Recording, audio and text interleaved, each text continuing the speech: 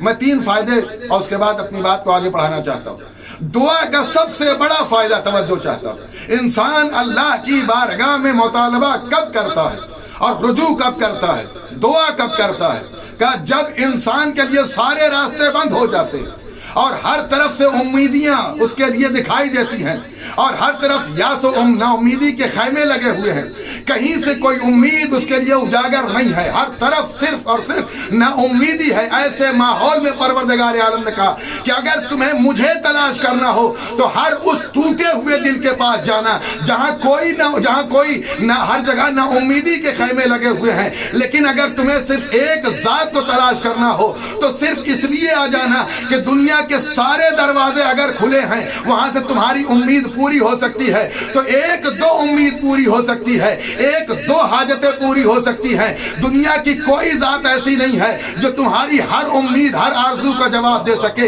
اگر تم آتے ہو تو میں واحد ایسی ذات ہوں کہ تم اس عقیدے کے ساتھ ہماری بارگاہ میں دعا کے ذریعے سے حاضر ہو جاؤ کہ تمہاری ہر امید کو بر لانے والی ذات میں ہوں, اس لیے کہ میں قادر مطلق ہوں. لہذا تمہارا دعا کرنا اس بات کی دلیل ہے کہ تم ہم کو قادر مطلق سمجھتے ہو, میں تمہیں اپنا بندہ سمجھتا ہوں. اس کا مطلب دعا کا بڑا فائدہ یہ ہے کہ خداوند عالم کی بارگاہ میں پہنچنے سے انسان نا امیدیوں نا محرومیوں سے بچ جاتا ہے. ایک صلوات پڑھیے محمد والے محمد. انسان نا امیدی سے بچ جاتا ہے, انسان مایوسی سے بچ جاتا ہے, ایک ایسی ذات سے اس کا رابطہ ہو جاتا ہے, ایک ایسے مبدأ کائنات سے اس کا رشتہ قوی ہو جاتا ہے جو ہر چیز کے اوپر قادر ہے, ہر چیز کو دینے کے اوپر قادر ہے, وہ قادر مطلق ہے. دوسرا فائدہ کیا ہے؟ رشتہ عبد و معبود کے درمیان اس دعا کے ذریعے سے رشتہ مستحکم ہو جاتا ہے, رشتہ استوار ہو جاتا ہے. یعنی عبودیت کو اگر استحکام دینا ہے تو دعا کے ذریعے سے دیا جائے. دعا ایک ایسا طریقہ ہے کہ جب آپ دعا کے ذریعے سے, بندہ دعا کے ذریعے سے اللہ کی بارگاہ میں حاضر ہوتا ہے تو اس کا حاضر ہونا اس بات کی دلیل ہے کہ تمام دنیا کی بڑی بڑی طاقتوں کو ٹھکرا کر کے ایک عظیم طاقت کے سامنے حاضر ہوا ہے کہ دنیا کی ساری طاقتیں مجروح ہیں اس مختار کے سامنے. اس کا حاضر ہونا اس بات کی دلیل ہے کہ وہ اپنے معبود کو قادر مطلق سمجھتا ہے, وہ اپنے معبود کو ہر چیز کے اوپر قادر جانتا ہے. وہ اس کا حاضر ہو جانا اللہ کی بارگاہ میں دست دعا بلند کرنا اس بات کی دلیل ہے کہ وہ آیا ہے اس لیے کہ وہ اس کا بندہ ہے, اور یہ تصور کر کے آیا ہے کہ ہم جو بھی چیز مطالبہ کریں گے ہر چیز کے اوپر اس کے ہاں جواب دیا جائے گا اور ہر سوال کا جواب مجھے مل جائے گا. اس کے خیمے سے کبھی نا امیدی نہیں ہوگی, اس کے خیمے سے کبھی نا مایوسی نہیں حاصل ہونے والی. اس کا مطلب یہ کہ دعا سب سے بڑا فائدہ یہ ہے کہ ہمیں دعا کا جواب ملے نہ ملے, ہماری حاجت قبول ہو نہ تو ہو, یہ تو وہ جانتا ہے کہ ہماری دعاؤں کو قبولیت کے بعد ہمیں کیا ملنے والا ہے. لیکن اتنا ضرور فائدہ ہو گیا کہ اب دو معبود کا جو رشتہ تھا وہ قوی ہو گیا. ہم کسی اور خیمے پر نہیں بھٹک رہے, ہم پروردگار عالم کے اس خیمے پر, اس قادر مطلق کے, اس کائنات کے اس مبدأ حقیقی کے سامنے حاضر ہیں جو ہر چیز کے اوپر قادر. ایک صلوات پڑھیے محمد والے محمد. تیسرا فائدہ توجہ کیجئے. پہلا فائدہ یہ کہ انسان کو نا امیدیوں اور محرومیوں سے یہ دعا بچا لیتی ہے. دوسرا فائدہ یہ ہے کہ اب دو معبود کا رشتہ قوی ہو جاتا ہے. تیسرا فائدہ یہ ہے کہ انسان جب خداوند عالم کی بارگاہ میں حاضر ہوتا ہے تو پروردگار عالم نے فرمایا کہ میں ایک ایسی ذات ہوں کہ صرف ہماری بارگاہ میں حاضر ہو کر کے الہا کرنا, تضرع کرنا, ہماری بارگاہ میں خداوند عالم کی بارگاہ میں حاضر ہو کر کے گڑ گڑانا, مطالبہ کرنا, یہ اس کی بندگی پر بہترین دلیل ہے. اس لیے کہ ہم اور رحمت کا وہ باب ہیں, توجہ کیجئے گا, رحمت کا وہ باب ہیں جو ہم نے اپنے لیے تمام رحمتوں کو سمیٹ کے اپنی ذات کے لیے رکھا. ہم نے قرآن میں 2 باب کھولے, ایک رحمان کے اعتبار سے, ایک رحیم کے اعتبار سے, تاکہ دنیا سمجھ جائے کہ نہ دنیا میں تمہیں کسی ذات پر بھٹکنا ہے, نہ آخرت میں کسی دروازے سے امید رکھنا ہے. اگر دنیا میں مانگنا ہو تو رحمانیت کے اعتبار سے آنا, آخرت کو طلب کرنا تو رحیم ہونے کے اعتبار سے آنا, تاکہ تم بھٹکنے نہ پاؤ.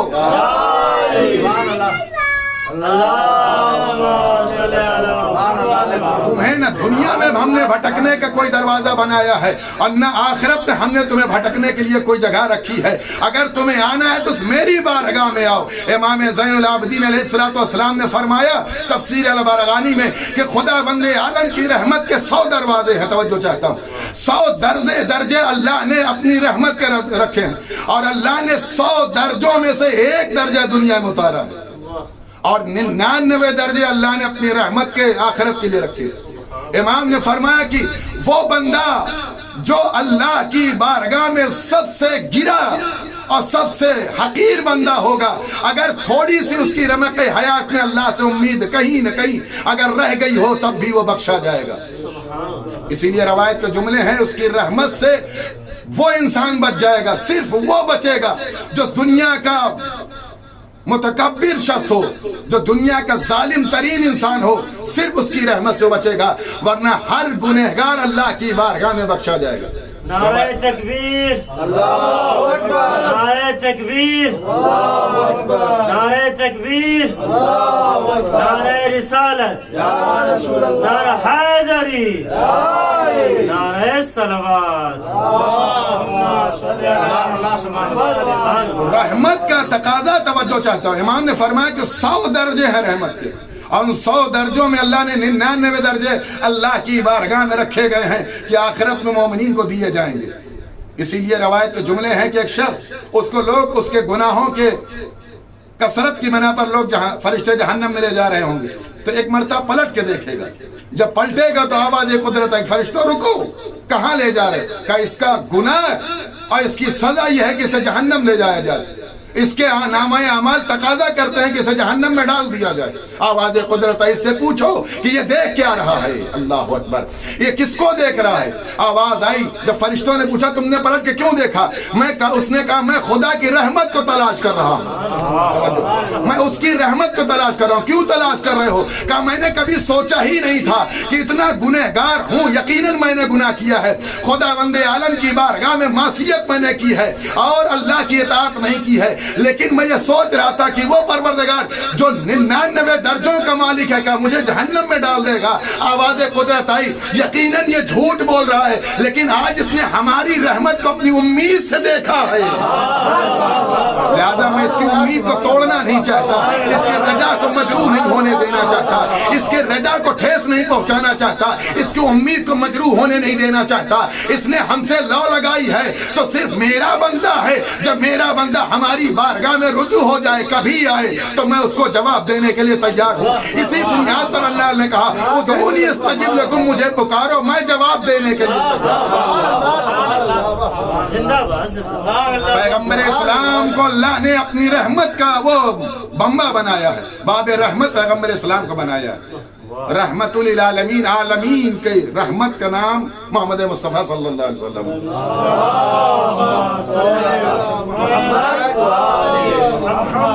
پیغمبر اسلام اللہ کی عظیم رحمت کا نام, عالمین کی رحمت ہے. عالم کی رحمت پیغمبر نہیں ہے, عالمین کی رحمت. اس غنی الذات رحمت پروردگار عالم نے, رحمان و کریم نے پیغمبر اسلام کو رحمت للعالمین بنایا. کیا مطلب ہے اس کا؟ 2 چیزیں پیغمبر اسلام کو دی. پہلی چیز کہ میرے حبیب تیرے وجود کی بنا پر, میں نے تیرے وجود کی برکت کی بنا پر تیرے امتیوں پر توبہ کا دروازہ کھول دیا ہے. یہ تحفہ تجھے دیا ہے اور قیامت تک یہ دروازہ بند نہیں ہوگا. اگر آخری سانس میں انسان گنہگار توبہ کر لے, میرے حبیب میں تیری برکت کی بنا اس کو بخش دوں گا, یہ تیری رحمت کی بنا پر. عزیزان گرامی, اس کے بعد پیغمبر اسلام نے اسی بنیاد پر اللہ کی بارگاہ میں سوال کیا. توجہ چاہتا ہوں اس روایت پر.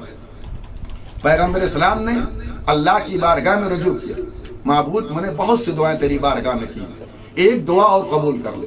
آواز میرے حبیب کیا چاہتے ہیں؟ کہ چاہتا یہ ہوں کہ جب میرا کوئی امتی, گنہگار امتی تیری بارگاہ میں آئے تو اس کا حساب و کتاب کسی نبی یا نبی کے امتی کے سامنے نہ ہو. صرف میں رہوں میرا امتی رہے. کیوں میرے حبیب؟ کہا اس لیے کہ میری رحمت کا تقاضا یہ نہیں ہے, میری رحمت اجازت نہیں دیتی کہ میرا امتی کسی نبی یا نبی کے امتی کے سامنے رسوا ہو جائے. جانے قربان ہو جائے پیغمبر اسلام کی اس تعلیم پر, کس قدر پیغمبر اسلام کو اپنے امتیوں سے محبت ہے, کس قدر اپنے امتیوں کا احترام ہے پیغمبر اسلام کے نگاہوں میں, کہ ایک گنہگار معصیت کار, وہ گناہ کرنے والا بندہ امتی پیغمبر اسلام کو امتی جب اللہ کی بارگاہ میں جا رہا ہے تو اس وقت ہی پیغمبر اسلام نے فرمایا کہ جب اس کے نامہ اعمال کھولے جائیں اور اس کی کتاب لائی جائے تو صرف میں رہوں اور میرا امتی رہے, کوئی نبی یا نبی کا امتی نہ رہے کہ میرا بندہ یا میرا امتی کسی کے سامنے شرمسار ہو جائے, پشیمان ہو جائے, اس کو لوگوں کے سامنے رسوائی کا سامنا کرنا پڑے. یہ پروردگار عالم کے اس حبیب خاص کی رحمت کا تقاضا ہے. جس پروردگار نے اپنے حبیب کو عالمین کی رحمت بنا کے کہا تھا, اس نے بھی مسکرا کے آواز دی, میرے حبیب جب تجھے یہ گوارا نہیں کہ تیرا امتی کسی نبی یا نبی کو امتی کے سامنے رسوا ہو جائے تو میری رحمت کو کیسے گوارا ہو جائے, میرا بندہ تمہارے سامنے رسوا ہوگا.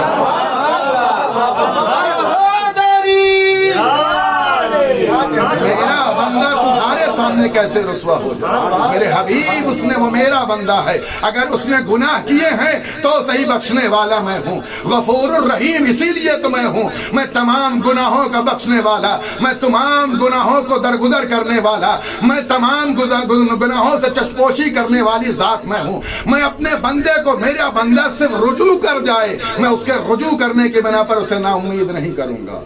میرے حبیب میری رحمت کا تقاضا یہ ہے کہ میں تمہارے سامنے اسے رسوا نہیں ہونے دوں گا. یہ پروردگار عالم کی بارگاہ میں رجوع کرنے کا وہ نتیجہ ہے کہ اگر کوئی بندہ اپنے گناہوں کی بنا پر اللہ کی بارگاہ میں رجوع کرتا ہے تو خداوند عالم اسے نا امید نہیں کرتا. ایک صلوات پڑھیے محمد.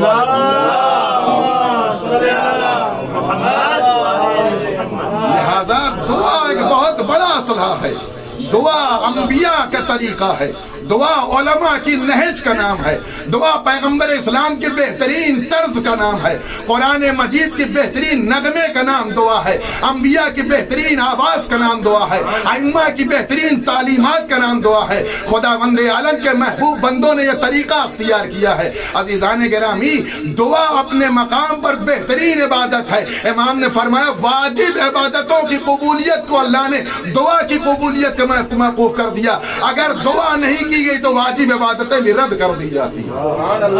لہذا خداوند عالم کی بارگاہ میں دعا کرو. تو یہ دعا کی افادیت تھی. اب سوال یہ ہے کہ دعا کا طریقہ کیا ہے, توجہ چاہتے کیسے دعا کرے. امام نے ائمہ علیہ السلام کی روایات کے پس منظر میں امام نے فرمایا کہ اگر دعا کرنا ہو, توجہ کیجئے, دعا اگر کرنا ہو تو اللہ کی بارگاہ میں اگر حاضر ہو رہے ہو تو اس ذات کی بارگاہ میں حاضر ہو رہے ہو, تمہارے لیے یہ تصور ہونا چاہیے کہ ہم کس کی بارگاہ میں جا رہے ہیں. ہم دنیا میں کسی حاکم کے پاس کچھ مطالبے کے لیے جاتے ہیں تو اپنے لباس کو مزین کرتے ہیں, اپنے لباس کو مرتب کرتے ہیں, اپنے جسم کے تمام حصوں کو مرتب کرنے کے بعد اس کی بارگاہ میں جاتے ہیں. لیکن وہ پروردگار عالم, وہ غنی الذات, وہ قادر مطلق, اس کی بارگاہ میں جا رہے ہیں جو ہر نشیب و فراز کا مکمل عالم ہے, ہر چیز کے اوپر مکمل قدرت رکھتا ہے. جب اس کی بارگاہ میں جا رہے ہیں تو کوئی اور شرط نہیں اچھا لباس ہو نہ ہو, لیکن اتنا شرط ضرور ہے کہ ہماری پاکیزہ بارگاہ میں آ رہے ہو تو وضو کے ساتھ آنا, تاکہ تمہارا چہرہ دھلا ہوا ہو, تمہاری زبانیں دنیا کی آلودگیوں سے پاک ہو. جب تمہارا چہرہ دنیا کی آلودگیوں سے الگ ہوگا, گرد و غبار سے پاک ہوگا, تمہاری زبان طیب و طاہر ہوگی, تمہارا لہجہ اچھا ہوگا, تب پروردگار عالم جواب دے گا. عزیزان گرامی, امام نے فرمان سے پوچھا گیا مولا بہت سے ایسے بندے ہوتے ہیں جو ایک عرصے سے دعائیں کر رہے ہیں, ایک عرصے سے دعائیں مانگ رہے ہیں, ان کی دعائیں قبول نہیں ہوتی ہیں, اس کا سبب کیا ہے؟ امام نے فرمایا بہت سے اسباب ہیں.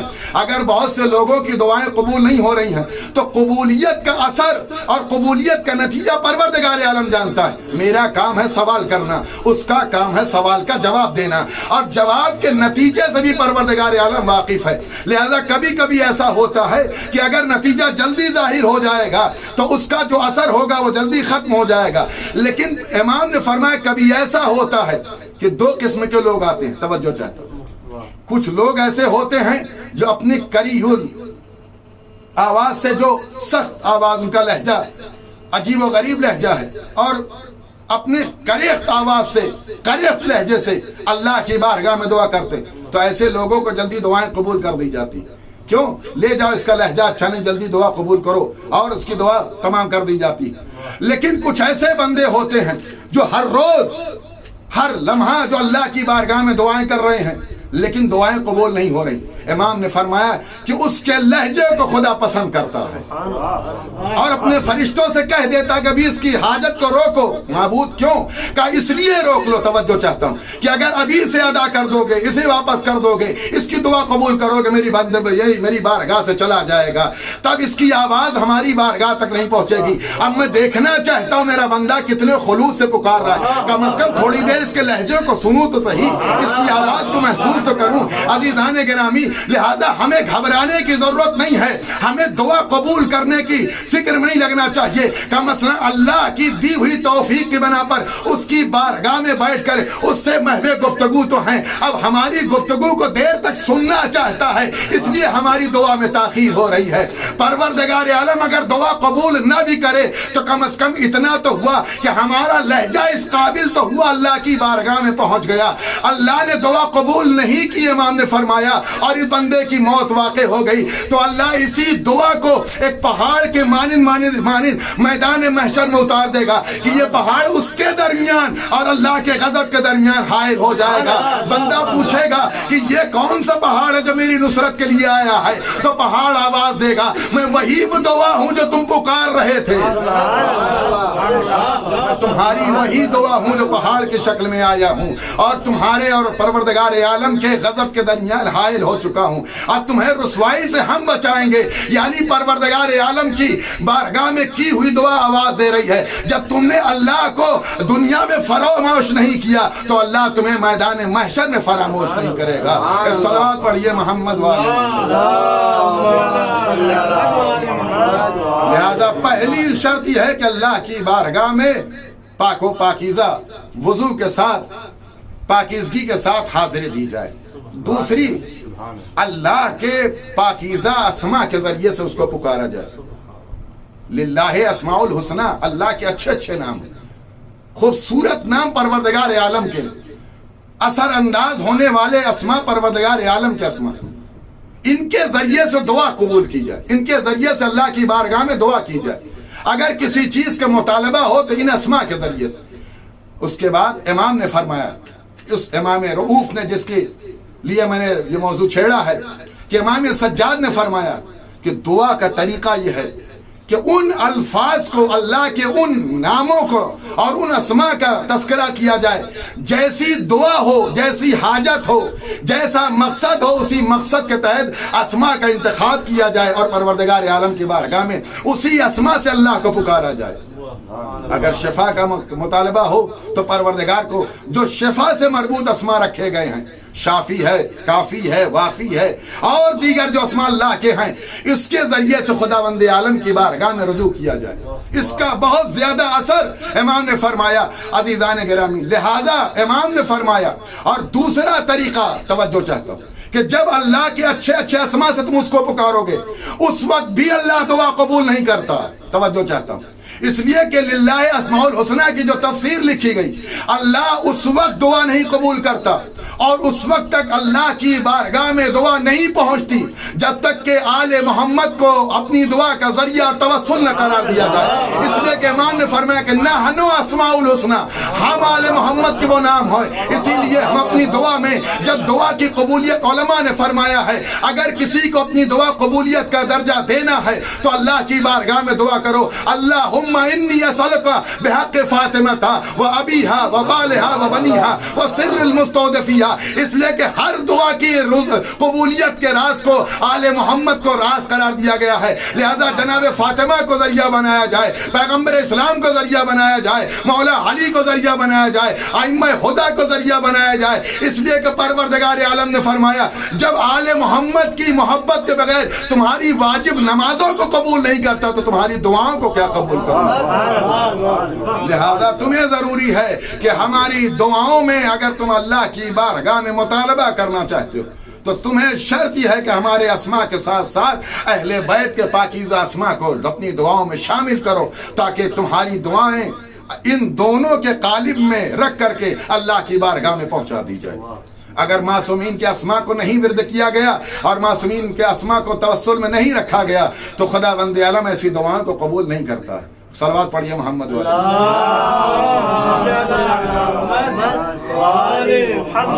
اب میں ایک رخ کی طرف جانا چاہتا ہوں۔ یہ تمہید صرف اس بات کے لیے تھی کہ جس امام کی شہادت ابھی آنے والی ہے اور جس امام سے خمسہ منسوب ہے، وہ امام اسی ذات سے پہچانا گیا۔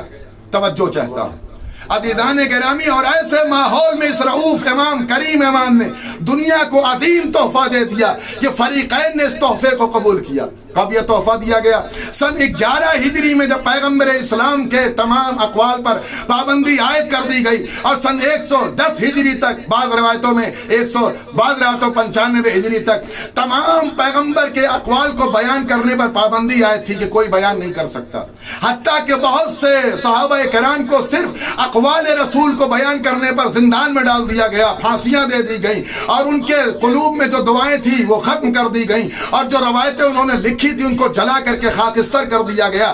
ایسے پراشوب ماحول میں اگر دین مٹ جاتا تو عزیزان گرامی کوئی رخ اسلام کا باقی نہیں رہ جاتا، اس لیے کہ پیغمبر اسلام نے قرآن مجید کے ساتھ ساتھ اپنے اقوال میں دین کو پلہا کر کے بھیجا تھا کہ ہمارے اقوال بیان کرو۔ تو ہمارے اقوال میں اخلاق بھی موجود ہیں، کردار دنیا بھی موجود ہے۔ آل محمد علیہ السلام نے پیغمبر اسلام کی احادیث کو بیان کرنے پر اسی لیے زور دیا ہے کہ ہر رخ کو اہل بیت نے اپنے اقوال میں مطمئن کیا ہے۔ لیکن جب پابندی عائد کر دی گئی تو امام سجاد تک یہ زمانہ آیا۔ توجہ چاہتا ہوں، امام سجاد کے زمانے میں بھی یہ پابندی عائد تھی، امام کو کسی سے ملنے نہیں دیا جاتا تھا، حتیٰ کہ امام کے خطبے پر پابندی، امام کو قال رسول اللہ کہنے پر پابندی، صرف قرآن پڑھیے اور قرآن مجید کی تلاوت کیجئے، یہاں تک کہ قرآن کی تفسیر بھی آپ نہیں بیان کر سکتے۔ شیعوں کو امام پر رونے، امام سے ملاقات کرنے پر اور اپنے مسائل کے دریافت کرنے پر پابندی عائد کر دی گئی۔ لیکن امام نے جب یہ محسوس کیا کہ ہم خطبہ نہیں دے سکتے، ہم تقریریں نہیں کر سکتے، لوگوں کو واعظ و نصیحت نہیں کر سکتے، تو امام نے اتنا اجازت مانگی کہ کم از کم اتنی اجازت دو کہ میرے شیعہ جو آئیں تو ہم ان کو دعاؤں کی تعلیم دے سکیں۔ یہ زمانہ کیا سمجھے گا کہ امام کہاں لے جانا چاہتے ہیں؟ امام نے دعاؤں کو پڑھنا شروع کیا اور دعاؤں کی تعلیم دینا شروع کی۔ ایک دعا، دو دعا، ہر طریقے کی جتنی دعائیں ہیں عزیزان گرامی، امام نے دعاؤں کے ذریعے سے دین کو پہنچانا شروع کیا۔ زمانہ تب محو حیرت ہوا اور زمانہ تب متوجہ ہوا جب امام سجاد کے دہن اقدس کے کلمات کو جمع کر کے دنیا نے ایک کتاب کی شکل دی تو ساری دنیا محو حیرت ہو کر کے جواب دینے لگی۔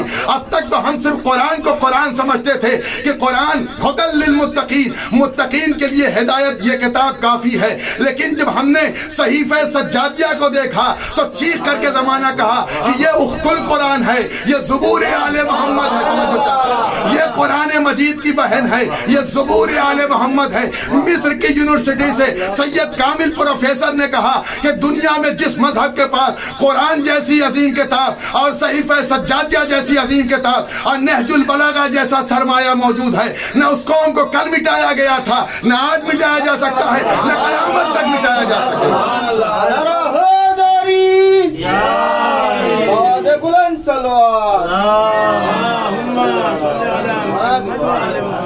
لہذا یہ دعا کا جو مجموعہ امام سجاد علیہ السلام نے دنیا میں چھوڑا ہے وہ عظیم سرمایہ ہے، وہ عظیم پونجی ہے، وہ عظیم حاصل ہے کائنات کے لیے کہ اگر اس کے اوپر عمل کر لیا جائے۔